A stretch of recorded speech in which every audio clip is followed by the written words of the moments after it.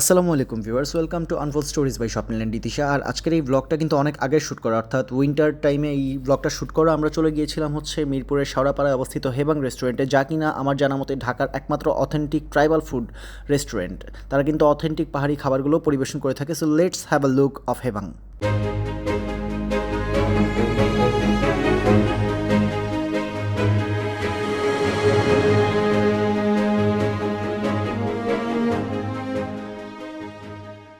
So basically এই হচ্ছে এই বিউটিফুল রেস্টুরেন্ট হেবাংয়ের কিচেন, এবং কিচেনের ভেতরে আপনারা দেখতেই পাচ্ছেন যারা খাবারগুলো প্রস্তুত করছে তারাও কিন্তু আমাদের ট্রাইবাল ভাই ব্রাদার বা বোন যারা আছেন তারাই করছেন কাজগুলো, এবং তাদের যেই স্পাইসগুলো যেই এখানে যে ইউটেন্সিলসগুলো ব্যবহার করছে সব কিছু কিন্তু একদম ট্র্যাডিশনাল। এবং এখানে তারা আপনারা দেখতে পাচ্ছেন ওদের যে মেনুটা রয়েছে উইথ প্রাইস লিস্ট, আপনারা একবার দেখে নিতে পারেন। So let's go to interior cinematic again.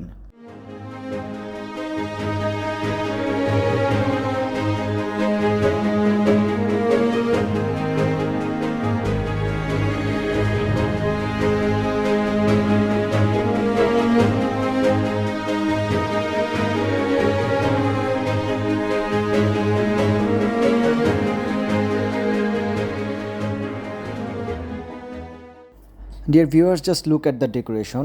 মনে হচ্ছে আমি কোনো পাহাড়ি এলাকায় বসে আছি, কোনো পাহাড়ি মাচাঙের উপরে। একদম অথেন্টিক যে ব্যাম্বো স্টাইল ট্র্যাডিশনাল ডেকোরেশন সেটাই দেওয়া আছে। আর এখানে বসে ইতিশা মনে করছিল কোনো পাহাড়ি এলাকায় বসে আছে, এরকমই বা কোনো একটা হাবভাব নিয়ে এসে বসেছিল।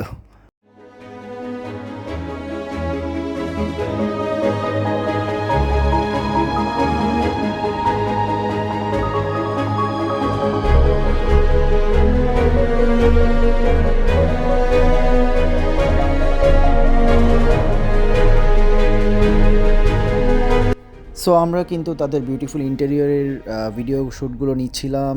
মিনওয়াইল অ্যাট দ্য টাইম আমাদের খাবার চলে আসে, আর দেখতেই পাচ্ছেন তাদের খাবার সার্ভ করার যে স্টাইলটা সেটাও কিন্তু বেশ ডিফারেন্ট এবং দেখতে বেশ ইউনিক।